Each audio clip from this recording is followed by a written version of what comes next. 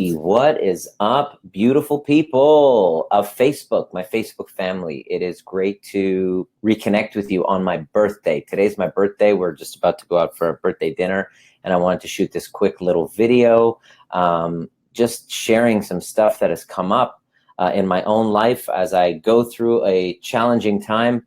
I process it, I dig up all those emotions, I journal, I write my revelations, and then I think, oh, damn, this is really going to help some people. So I wanted to share this concept about self-care and how fitting that it is done on my birthday. And first and foremost, I wanted to say, for those of you who sent me private messages and like texts and on the timeline, and God damn it, Facebook is just, damn it, Facebook is amazing. You know, they're good at hooking you in and they make you feel so good. I could feel like tons of oxytocin just flood through my body if you can be on social media and get all the love from people on your birthday. You really know, you really get this whole concept of how important oxytocin is in our neurology. I just felt this warm specialness of people who wrote very personal notes of appreciation, and it really makes you find evidence, because what we usually do when we have a dark passenger, and we're talking about self-care right now, and what you need to do by the end of today, you're going to know exactly how to get over the guilt of self-care. And what we do is we have this dark passenger that pits us into this position that we're not good enough, we're not worthy, and that voice is constantly there. And whenever we have resistance in our lives, we take that and gather that as evidence of our unworthiness. And so that's why we do mindset work in my Powerfully Aligned program, to get yourself extremely centered with the other side of that voice of your worthiness, of how you're a gift to the universe, and how you're strong, you're powerful, you're capable. All of these things are effort to kind of hardwire. And one of the things that we do, we neglect to do as far as self-care goes. We think that self-care is all about, you know, doing your nails, getting a facial, manicure, pedicure. How many of you guys know what I'm talking about? Let me know where you're signing in, tuning in from, where you're at. And if you know somebody who is struggling with this, please tag them in this post or share this with your group.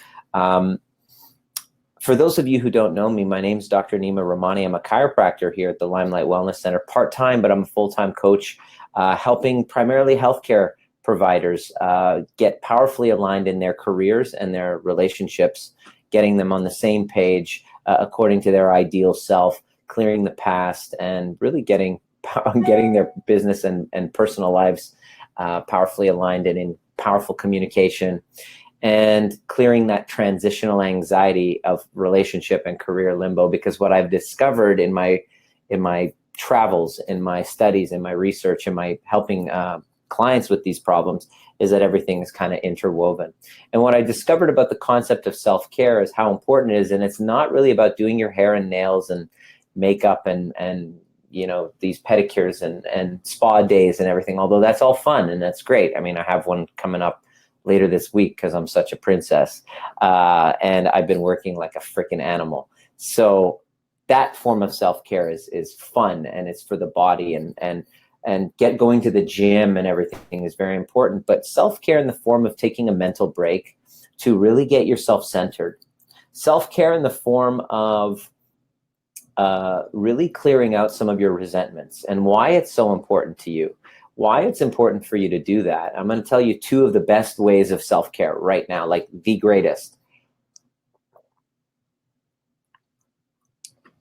The reason why it's so important for us to do that is because of the fact that we build up resentments and regrets and inadequacies every single day with the challenges that we have, the discussions that we have, the conversations that are mismatched, that don't land. And then it brings and stirs up all these emotions and these triggers from our past. And the past is this constant thing that we're carrying with us. And it's our personal reality, and our personalities are basically a everyday reminder of ourselves, of who we are from our past.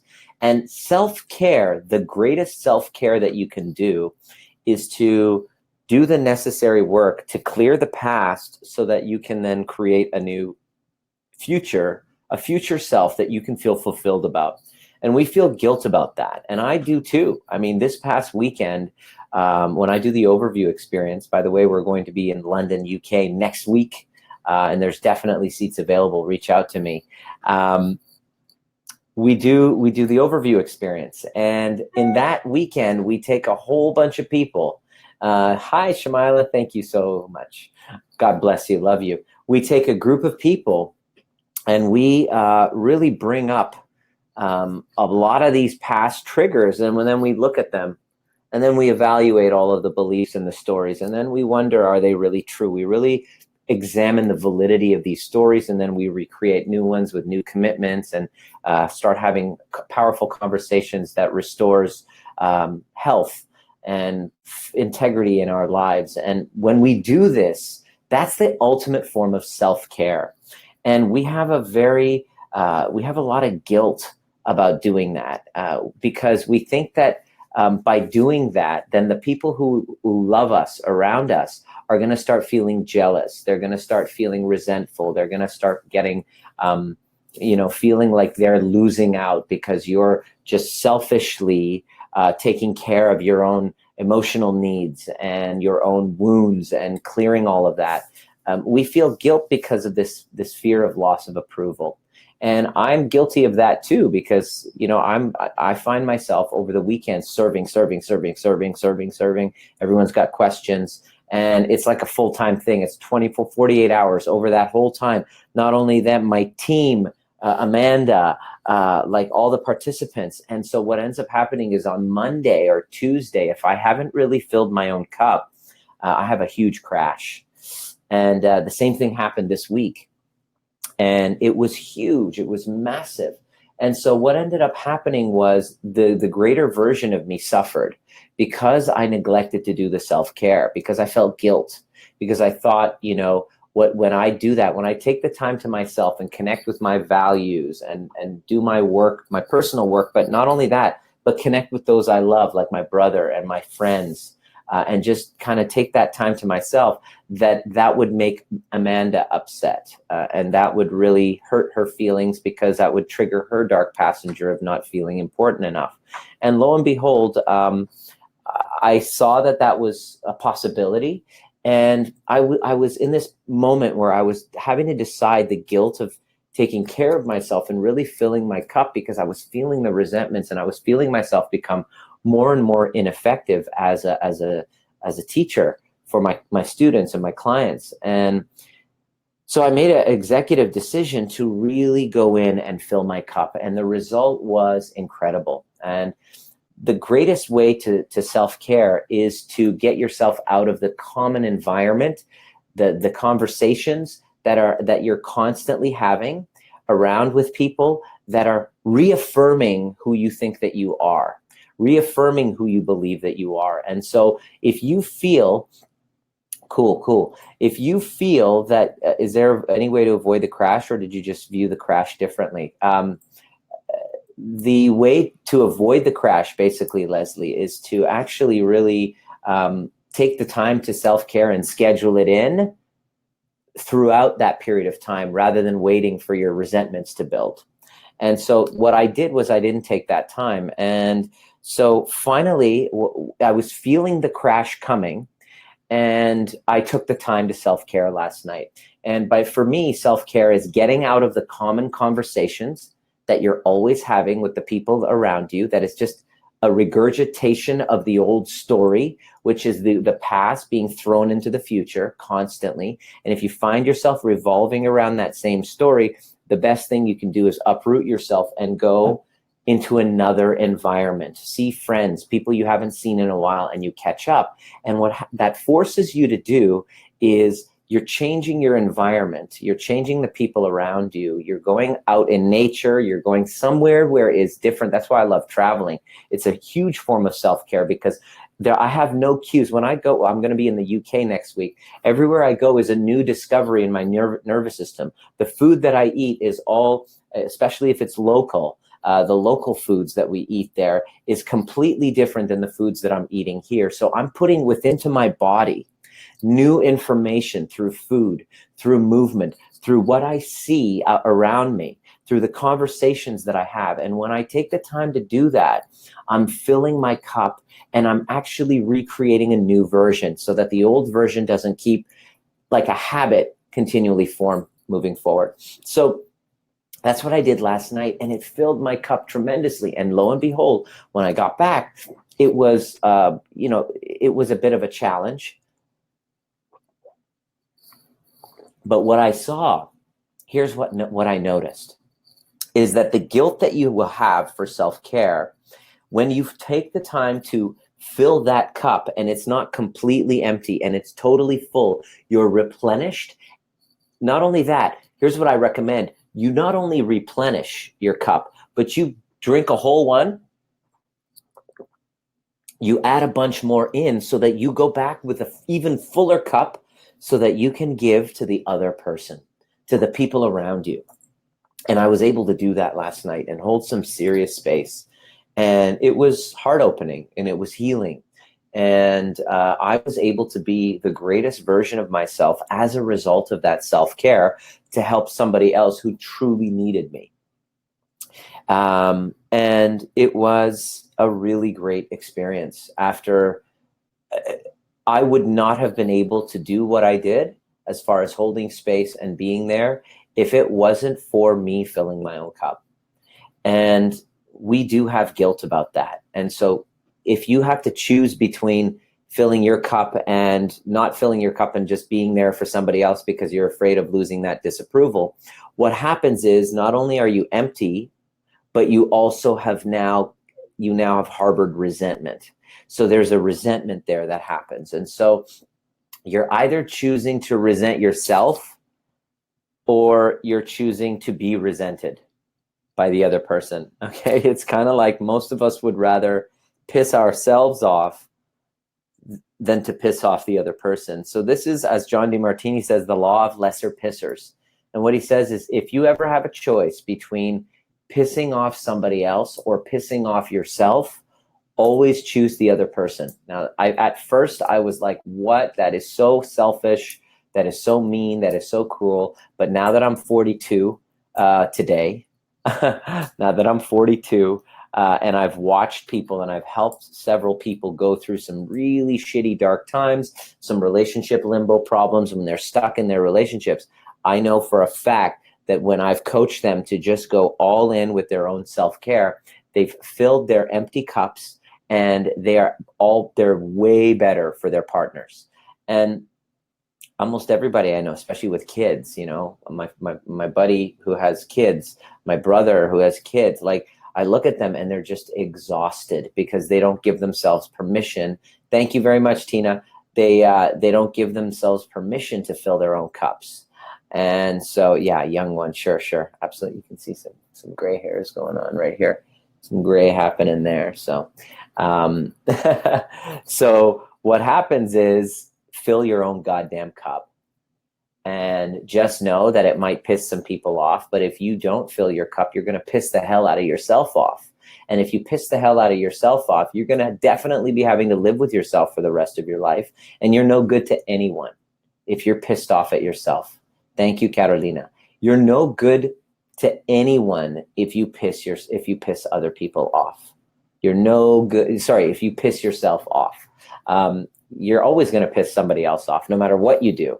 And if you're constantly living for the approval of other people at the cost of yourself and annihilating yourself, well, then guess what? You're not going to be around much longer, and you're just going to be more depressed and alone, and you're going to put all of your, blame on other people when it was you that didn't just want to say, hey, listen, I know this might piss you off. I'm going to need about 2 or 3 hours. I'm going to need the morning to really do some self-care. And by self-care, it involves obviously exercise. It involves meditation. It involves going back to your mission statement, refining it, really getting clear on who you are, what it is that you love. And then the last part basically is getting out of your environment, traveling somewhere, and doing like a weekend where This is the coolest part about going to the overview experience. This is those of you who are watching from Europe. Get there next week. It is traveling in a new environment, having a completely different conversation with people. Conversation so real that you're not used to having that in day-to-day life. It's with a completely different group of people who have got out of their environment for a weekend where they don't have the cues of all of their identity of who they used to be or who they are. They actually now can, from that space, clear their past and then now become present to something bigger for themselves. And you cannot help but, after coming through one of these workshops, one of these live trainings where I take you through my overview method and you help another human being through, and you hold space for somebody else, and you have conversation that's as a higher level, you can't help but expand yourself.